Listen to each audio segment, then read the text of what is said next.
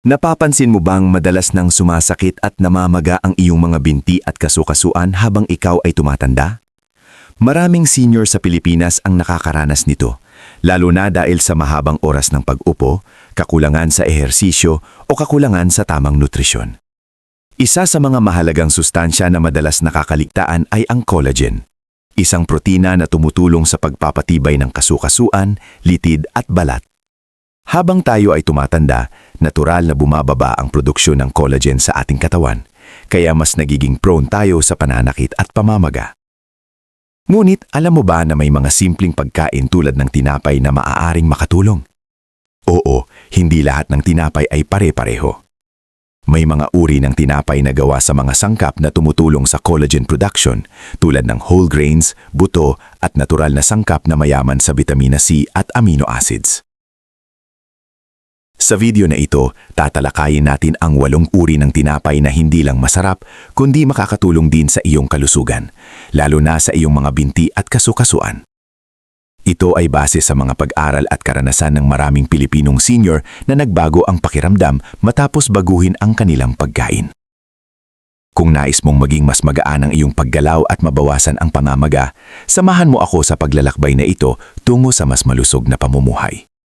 Bago tayo magsimula, sabihin mo sa komento anong tinapay ang pinakapaborito mong kainin.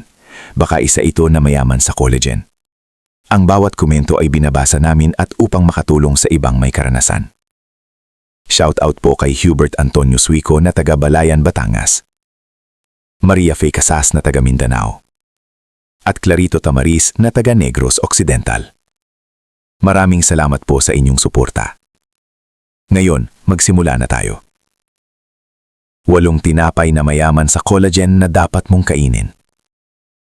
Una, whole wheat bread. Ang whole wheat bread ay isa sa pinakapopular at pinakarekomendadong uri ng tinapay para sa mga senior. Ito ay gawa mula sa buong butil ng trigo, kaya taglay nito ang fiber, vitamina B at minerals na tumutulong sa pagpapalakas ng katawan. Ayon sa research, ang whole grains ay may anti-inflammatory properties na nakakatulong laban sa pamamaga ng kasukasuan. Sa karanasan ng maraming Pilipino, ang pagpapalit mula sa puting tinapay patungo sa whole wheat ay nakatulong sa kanilang digestion at pagbawas ng pamamanas. Bukod dito, ang fiber na taglay nito ay tumutulong sa mas maayos na daloy ng dugo na mahalaga upang maiwasan ang fluid retention sa mga binti. Kapag mas maayos ang circulation, mas kaunti ang pamamaga at pananakit. Madali rin itong isama sa pang-araw-araw na pagkain. Pwede itong gawing almusal kasama ang yaman sa protina. Para sa mga senior na nais maging aktibo at malakas ang kasukasuan, ang whole wheat bread ay isang simpleng hakbang tungo sa mas malusog na pamumuhay. Pangalawa, oat bread. Ang oat bread ay isa sa pinaka-epektibong tinapay para sa mga senior na nakakaranas ng pananakit ng kasukasuan at pamamaga sa binti. Ang pangunahing sangkap nito na oats ay may taglay na beta-glucan, isang espesyal na uri ng fiber na tumutulong hindi lamang sa pagpapababa ng kolesterol, kundi pati na rin sa pagpapabuti ng sirkulasyon ng dugo. Kapag maayos ang daloy ng dugo sa katawan, mas nababawasan ang preho sa mga hugat at kasukasuan, kaya mas kaunti ang nararanasang pamamaga at pananakit. Ayon sa mga pag-aaral, ang oats ay may natural na anti-inflammatory properties na nakakatulong sa pag-relieve ng joint pain, lalo na sa mga matatanda. Maraming Pilipinong senior ang nakapansin na kapag regular silang kumakain ng oat bread sa umaga, mas magaan ang kanilang pakiramdam at mas nagiging aktibo sila sa kanilang pang-araw-araw na gawain. Bukod dito, ang oat bread ay mayaman din sa protina at amino acids na tumutulong sa natural na paggawa ng collagen sa katawan, isang mahalagang sangkap para mapanatiling matibay ang mga buto at kasukasuan. Mas masarap at masustansya ito kung lalagyan ng saging, mansanas o peanut butter. Simpleng pagkain pero malaki ang benepisyo sa kalusugan habang tayo ay tumatanda. Pangatlo, rye bread. Ang rye bread ay hindi kasing sikat sa Pilipinas, ngunit ito ay itinuturing na isang powerhouse pagdating sa nutrisyon para sa kalusugan ng katawan. Ito ay gawa mula sa rye grain na mayaman sa dietary fiber, iron, magnesium at antioxidants na tumutulong sa pangkalahatang kalusugan. Ang antioxidants ay mahalaga sa paglaban sa oxidative stress na isa sa mga pangunahing sanhi ng pamamaga at pananakit ng kasukasuan. Para sa mga senior na nakakaranas ng arthritis, maaaring makatulong ang rye bread sa pagbawas ng sintomas dahil sa taglay nitong anti-inflammatory properties. Isa pa, ang mababang glycemic index nito ay nakakatulong upang maiwasan ang biglaang pagtaas ng blood sugar na maaaring magpalala ng inflammation sa katawan. Sa karanasan ng ilang Pilipino na nakasubok nito, napansin nila ang mas magaan na pakiramdam sa kanilang mga binti at mas nabawasang pananakit sa tuhod at kasukasuan. Maaari itong kainin bilang sandwich, toast o kasama ng mainit na sabaw sa almusal o hapunan. Bagamat hindi pa ito pangkaraniwan sa Pilipinas, sulit itong subukan lalo na kung layunin mong alagaan ang iyong kasukasuan at pangmatagalang kalusugan. Ito ay isang simpleng pagkain na maaaring makatulong sa pagpapabuti ng iyong araw-araw na kalusugan at sigla sa pangmatagalang benepisyo ng katawan. Pang-apat, multigrain bread. Ang multigrain bread ay isang masustansyang uri ng tinapay na binubuo ng iba't ibang butil tulad ng oats, barley, flaxseed, millet, at minsan ay wheat o rye. Dahil sa kombinasyon ng mga butil na ito, mas nagiging masagana ang nutrisyon na natatanggap ng katawan sa bawat kagat. Para sa mga nakatatanda, lalo na sa mga nakararanas ng pamamaga ng binti at kasukasuan, ang ganitong klase ng tinapay ay maaaring makatulong bilang bahagi ng pang-araw-araw na pagkain upang suportahan ang mas maayos na daloy ng dugo at mabawasan ang inflammation. Ang omega-3 fatty acids na matatagpuan sa ilang butil tulad ng flaxseed ay kilala sa pag-aambag sa kalusugan ng puso at sa pagbawas ng pamamaga sa katawan. Bukod dito, ang antioxidants mula sa whole grains ay tumutulong labanan ang free radicals na maaaring magpalala ng cell damage at chronic inflammation. Ang fiber naman mula sa multigrain bread ay nakatutulong sa maayos na digestion at control ng blood sugar na mahalaga para sa mga senior. Ang lignan sa flaxseed ay may potensyal ding tumulong sa hormone balance at overall inflammation control. Kapag isinama ito sa balanced diet kasama ang gulay, prutas at lean protein tulad ng isda o manok, mas nagiging epektibo ang nutrisyon na nakukuha ng katawan. Sa pangmatagalang pagkonsumo, ang multigrain bread ay maaaring makatulong sa pagpapanatili ng lathas, sigla at mas maayos mobility kahit sa pagtanda. Kaya ito ay isang praktikal at abot-kayang opsyon para sa mas malusog na pamumuhay. Pang-5, sourdough bread. Ang sourdough bread ay isang fermented na tinapay na kilala sa mas magaan at mas madaling tunawin kumpara sa karaniwang tinaay. Dahil sa natural fermentation process nito, nagkakaroon ito ng mas mababang gluten content at mas mataas na bioavailability ng nutrients. Ito ay mahalaga lalo na sa mga senior na may mahinang digestion at sensitibong tiyan. Ayon sa ilang pag-aaral, ang sourdough ay maaring madaglay ng beneficial bacteria na tumutulong sa kalusugan ng bituka. Kapag malusog ang gut, mas mahusay ang pagsipsip ng nutrients na mahalaga sa natural collagen production ng katawan. Maraming Pilipinong senior ang nakakaranas ng mas magaan na pakiramdam at nababawasan ang kabag kapag sourdough ang kanilang kinakain. Bukod dito, may natural anti-inflammatory properties din ito na maaring makatulong sa pagbawas ng pananakit ng kasukasuan. Maaari itong kainin kasama ng sabaw, itlog o healthy spreads tulad ng avocado upang mas maging masustansya ang pagkain.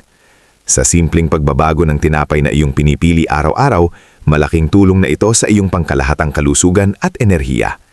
Sa paglipas ng panahon, ang pagpili ng mas natural na tinapay ay maaring makatulong sa pagpapanatili ng healthy weight at mas maayos na digestion. Ito rin ay nagbibigay ng mas stable na enerhiya kumpara sa mga processed na tinapay na mabilis magpataas ng blood sugar.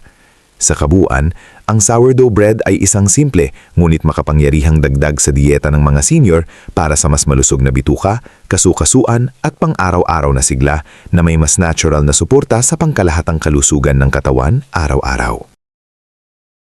Pang-6, flaxseed bread.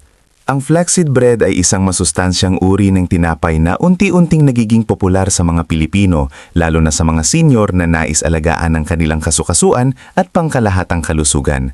Mayaman ito sa omega-3 fatty acids na kilala sa kanilang anti-inflammatory na epekto na tumutulong upang mabawasan ang pamamaga sa katawan lalo na sa tuhod, balakang at mga kasukasuan.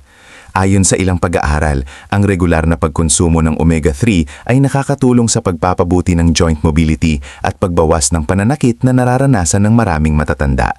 Sa karanasan ng ilang Pilipino, ang pagkain ng flaxseed bread araw-araw ay nakakatulong upang maging magaan ang pakiramdam at mabawasan ang pamamaga sa binti at paa. Bukod dito, mayaman din ito sa fiber na mahalaga sa maayos na digestion at natural detoxification ng katawan. Kapag malinis ang sistema ng pagtunaw, mas nababawasan ang inflammation at mas gumagaan ang pakiramdam ng katawan sa araw-araw. Madali rin itong isama sa pang-araw-araw na pagkain bilang almusal o merienda kasama ng kape o tsaa. Sa simpleng paraan ng pagkain ng flaxseed bread, maaari mong suportahan ang iyong kalusugan, lalo na sa iyong mga buto at kasukasuan habang pinananatili ang lakas at sigla ng katawan kahit sa pagtanda. Sa huli, ang flaxseed bread ay isang simpleng ngunit makapangyarihang karagdagan sa dieta ng mga senior na nagnanais ng mas magaan na katawan at mas aktibong pamumuhay. Ugaliing kainin ito ng tama at regular para sa mas magandang resulta sa kalusugan at pang-araw-araw na enerhiya para sa buong pamilya at mga senior. Kung nanonood ka pa rin ng video na ito at nakakatulong sa iyo ang mga impormasyong ito, paki-comment ng numero 6 sa ibabaw para malaman kung nandito ka.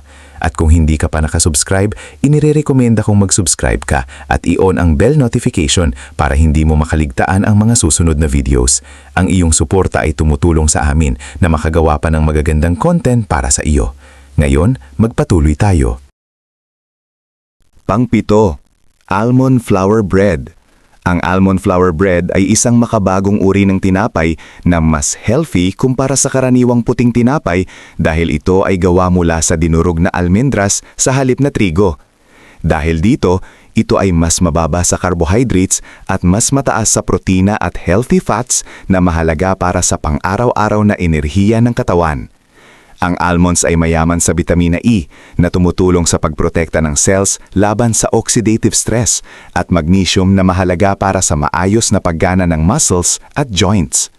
Para sa mga senior, lalo na sa mga may arthritis, diabetes o high blood sugar, ang almond flour bread ay maaaring maging mas ligtas na alternatibo dahil hindi ito mabilis magpataas ng blood sugar kumpara sa regular na tinapay.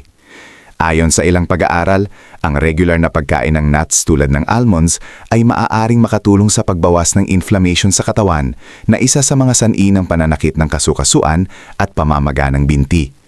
Sa karanasan ng ilang matatanda, kapag pinalitan nila ang kanilang ordinaryong tinapay ng almond flour bread, napapansin nila na mas magaan ang kanilang pakiramdam at mas kontrolado ang kanilang timbang. Maaari itong kainin bilang sandwich na may gulay, itlog o peanut butter o kaya naman ay kasama ng prutas sa almusal. Dahil sa natural na lasa nito, madaling isama sa daily diet ng mga senior. Sa kabuuan, ang almond flour bread ay isang modernong pagpipilian na hindi lamang masarap kundi tumutulong din sa pangmatagalang kalusugan ng katawan at mas aktibong pamumuhay. Pang-8, collagen-enriched bread. Sa mga nakaraang taon, unti-unting lumalawak ang mga pagkaing dinadagdagan ng collagen o mga sangkap na nakakatulong sa produksyon nito sa katawan, kabilang na ang tinapay na tinatawag na collagen-enriched bread. Ang ganitong uri ng tinapay ay maaring may halong collagen powder, gelatin o kaya ay bone broth powder na kilala sa natural na taglay nitong amino acids na mahalaga sa pagbuo ng collagen sa katawan. Bagamat hindi pa ito ganap na laganap sa Pilipinas, marami na ang nagiging interesado, lalo na ang mga health-conscious at mga senior na nais mapanatili ang malusog na mga kasukasuan at balat. Ayon sa ilang pag-aaral, ang regular na pag-inom o pagkain ng collagen supplements ay maaring makatulong sa pagpapabuti ng joint health, pagbawas ng pananakit at pagpapalakas ng skin elasticity. Sa karanasan ng ilang nakatatandaan na nakasubok nito, napansin nila ang mas magaan na pakiramdam sa kanilang tuhod at mas mabagal na paglala ng pananakit at pamamaga. Gayunpaman, mahalagang tandaan na hindi ito magic na solusyon. Mas epektibo ito kung sinasabayan ng balansing pagkain, sapat na pag-inom ng tubig at regular na ehersisyo tulad ng paglalakad o light stretching. Ang collagen-enriched bread ay maaring mas mahal kumpara sa karaniwang tinapay sa merkado. Ngunit para sa maraming seniors, ito ay itinuturing na isang investment para sa pangmatagalang kalusugan. Sa tamang paggamit at tamang lifestyle, maari itong makatulong upang mapanatili ang aktibong pamumuhay at mas komportableng pagtanda. Sa huli, ang mahalaga ay ang pagiging consistent sa malusog na gawi araw-araw para sa mas maayos na kalidad ng buhay. Pangwakas na kaisipan. Sa huli, mahalagang tandaan na ang kalusugan ay nagsisimula sa ating pang-araw-araw na pagkain. Ang simpleng pagpili ng tamang uri ng tinapay ay maaaring magkaroon ng malaking epekto sa iyong katawan, lalo na sa iyong mga binti at kasukasuan. Hindi man agad-agad ang resulta, mulit sa tuloy-tuloy na tamang pagkain at mas maingat na pamumuhay, unti-unti mong mapapansin ang pagbabago. Mas magaan ang pakiramdam, mas kaunting pananakit at mas aktibong pang-araw-araw na gawain. Para sa mga senior, ang bawat maliit na hakbang patungo sa mas marusog na buhay ay napakahalaga. Hindi kailangang maggastos o komplikado ang solusyon. Minsan, nasa simpleng pagkain lamang ang susi sa ginhawa. Subukan mong isama ang mga masustansyang tinapay sa iyong araw-araw na dieta at obserbahan kung paano tumutugon ang iyong katawan sa paglipas ng panahon. Tandaan, ang tunay na kayamanan ay hindi pera o material na bagay, kundi ang malusog na pangangatawan at masayang buhay kasama ang pamilya. Kaya simulan mo na ngayon. Paalam sa pamamaga at hello sa mas malakas at masiglang buhay. Kung nakatulong sa iyo ang video na ito, huwag kalimutang mag-like, mag-subscribe at mag-share upang maabot pa natin ang mas maraming tao na nangangailangan ng gabay at inspirasyon. Maraming salamat sa panonood.